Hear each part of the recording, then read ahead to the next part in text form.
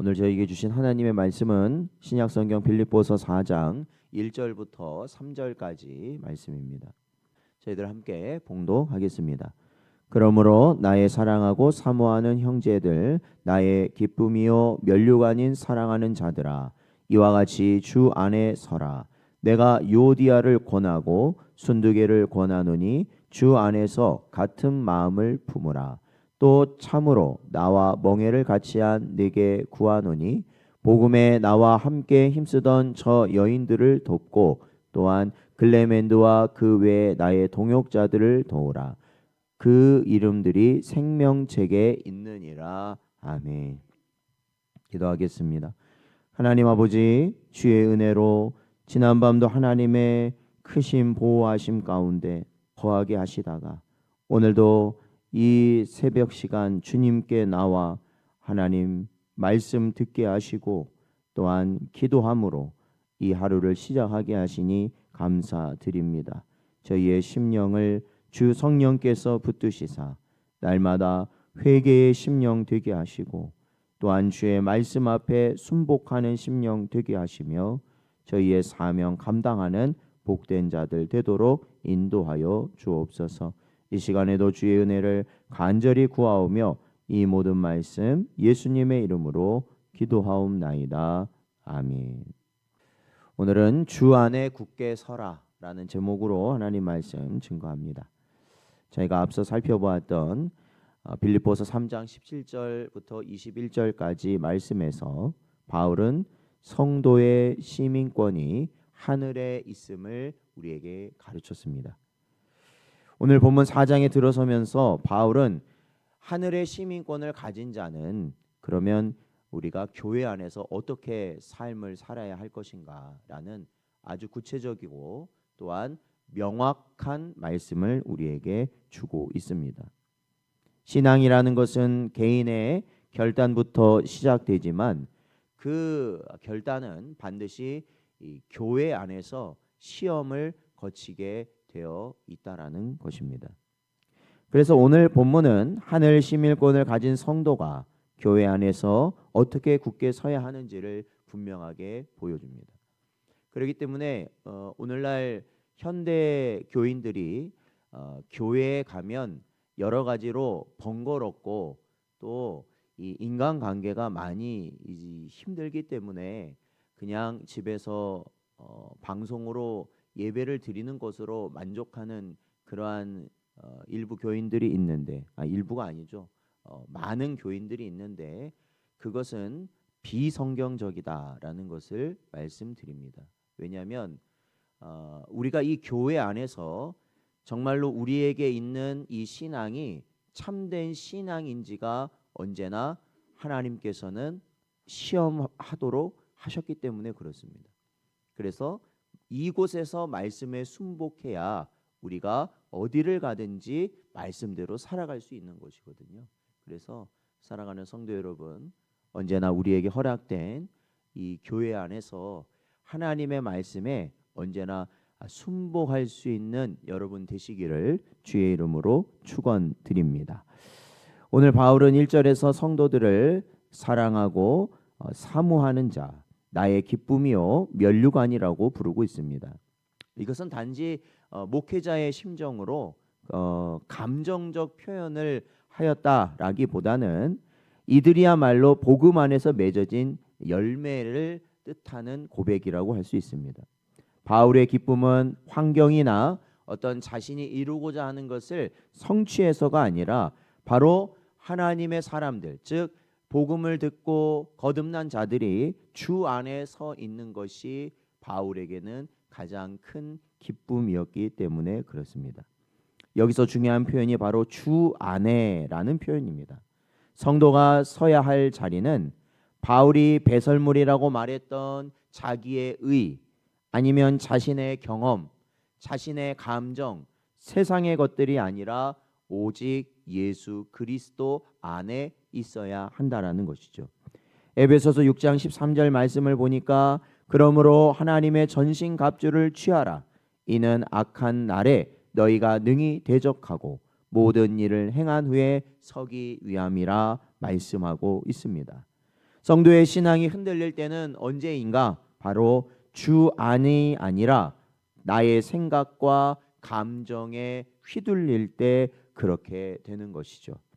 오늘 우리는 바로 우리 자신이 주 안에 서 있는가, 아니면 우리가 세상 것, 우리의 생각과 감정과 이 세상의 것에 우리가 서 있는가라는 것을 분명히 점검해야 할 것입니다.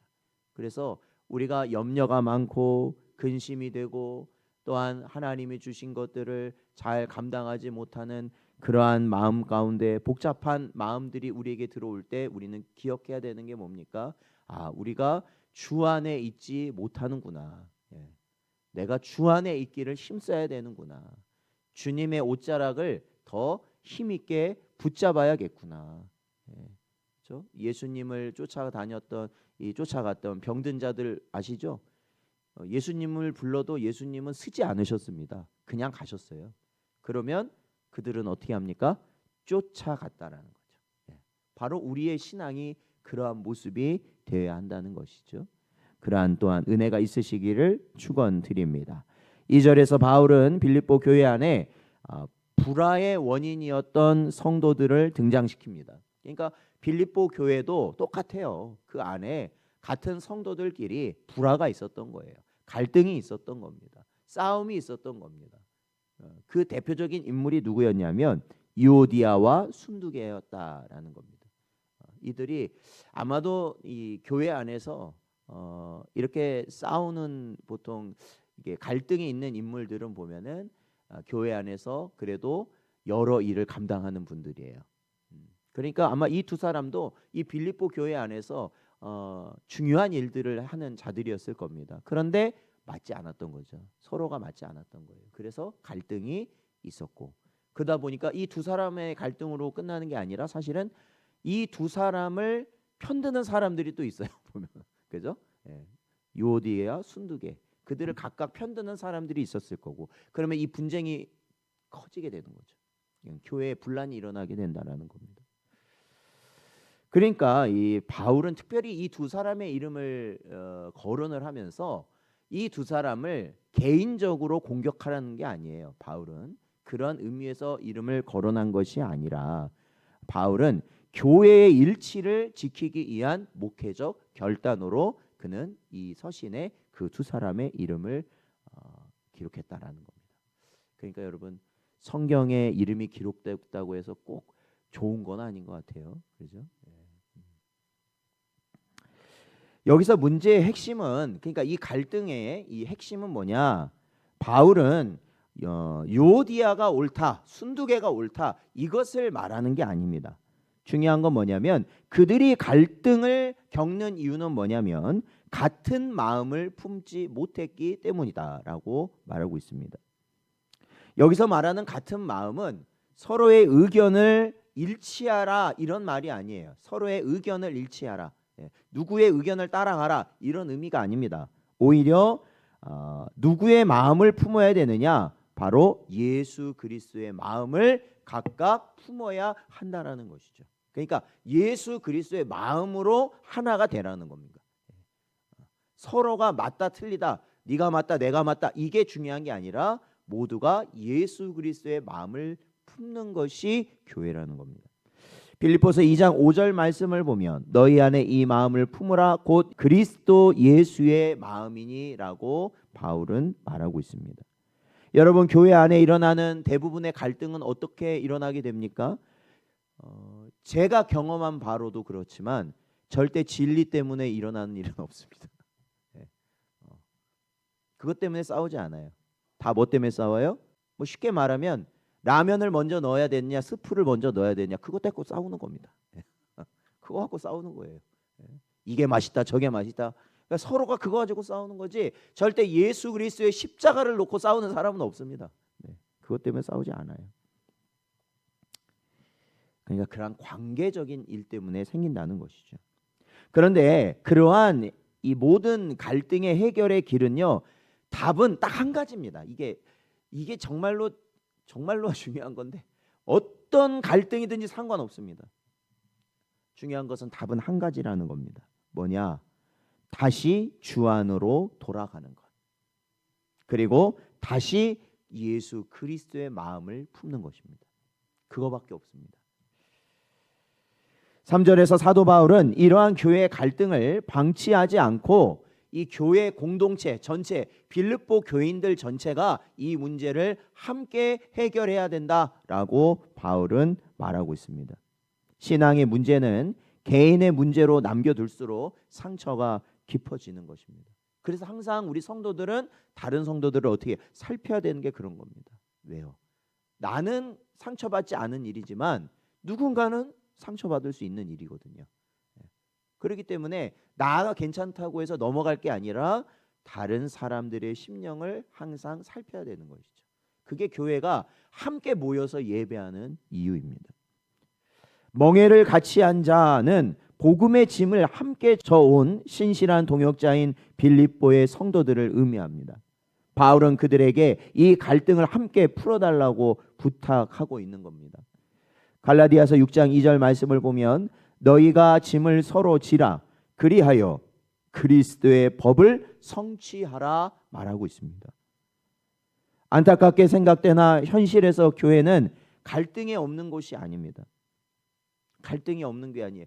어떤 분들은 어떻게 교회에서 이러한 일들이 일어날 수 있느냐, 이러한 분쟁이 일어날 수 있느냐, 왜 이 서로 간에 이해를 못하느냐, 이런 것 때문에 교회 못 다니겠다고 나가시는 분들도 있지만 그건 어쩔 수 없는 겁니다. 교회도 똑같습니다. 그리고 아까도 말씀드렸지만 하나님께서는 그러한 갈등을 우리에게 어떻게 하세요? 허락하시는 겁니다. 갈등이 없는 교회가 좋은 교회가 아닙니다. 갈등을 복음으로 해결하는 교회가 하나님의 교회인 거죠. 그게 진짜 교회인 겁니다. 혼자 끌어안고 버티는 것이 성숙이 아니라 함께 짐을 지는 것이야말로 복음의 방식이라는 것을 기억해야 하는 것입니다. 또한 바울은 이러한 갈등 가운데서도 중요한 것을 우리에게 가르치고 있습니다. 3절을 계속 보면 바울은 이러한 갈등의 한가운데서 우리의 시선을 상대방이나 이러한 이 세상 것을 바라보는 이러한 상황을 바라보라는 것이 아니라 우리의 시선을 어디를 바라봐야 되느냐? 바로 생명책을 바라봐야 된다. 여러분 요한계시록에 보면 생명책이 등장하는데 이 생명책을 보면은 하나님이 구원할 자들의 이름이 기록된 책이에요. 바울도 그 책에 대해서 지금 언급하고 있는 겁니다. 그러니까 이건 뭐냐면 이 생명책이라는 것은 결국 구원을 상징하는 것이죠. 그리고 그 생명책에 기록된 이름은 누가 기록하셨겠습니까? 하나님이 기록하셨겠죠. 누가 기록하겠어요, 그거를요? 그러니까 그거는 구원임과 동시에 하나님의 주권이죠. 그러니까 아무도 못하는 거예요. 하나님만 하신다는 거니까. 그렇기 때문에 이 생명책을 바라보라는 것은 누가 더 옳으냐 그게 중요한 게 아니라 지금 이 현 상황에서 네가 옳으냐 내가 옳으냐 그게 중요한 게 아니라 우리 모두는 다 생명책에 기록된 자들이라는 걸 기억하라는 겁니다. 하나님이 구원한 자들이라는 걸 기억하라는 겁니다. 갈등이 일어나면 보통 어떻게 해요? 상대방을 미워하게 되고 상대방을 뭐예요? 상대방에 대해 악한 마음을 품게 되는 게 당연한 거 아니겠습니까? 갈등이 일어나게 되면. 그런데 그게 아니라 그 상대방 역시도 하나님의 생명책에 어떻게 된 자라고요? 기록된 자라는 거예요. 그러면 하나님이 구원할 자라는 거거든요. 그러면 내가 그 사람을 멸시하고 조롱하고 시기하고 비난하고 비판한다는 거는 뭐가 되는 거예요? 누구에게 향하는 거예요? 그게 하나님께 향하는 것이 된다라는 겁니다. 그러니까 생명책에 기록됐다는 걸 우리 모든 성도들은 생명책에 기록됐다는 것을 바라보아라 라는 것이죠. 요한계시록 20장 15절 말씀을 보니까 누구든지 생명책에 기록되지 못한 자는 불못에 던져지더라 라고 말씀하고 있습니다.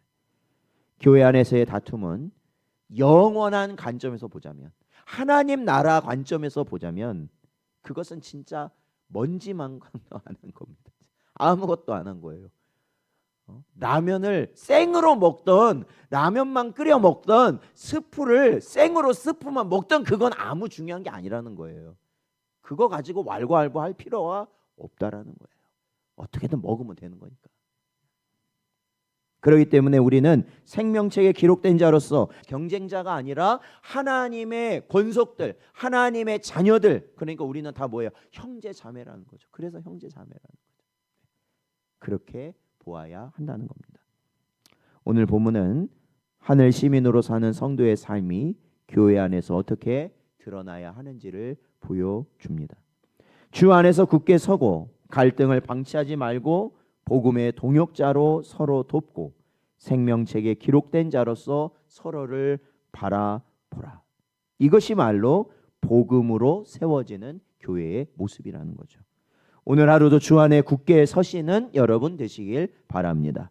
그리고 오직 복음으로 다른 성도들 또한 나와 함께한 가족들 그리고 우리 주위에 있는 이웃들과 그 관계를 지켜 나가시기 바랍니다. 그리고 하늘 시민답게 살아갈 수 있는 복된 여러분 되시기를 주의 이름으로 축원드립니다.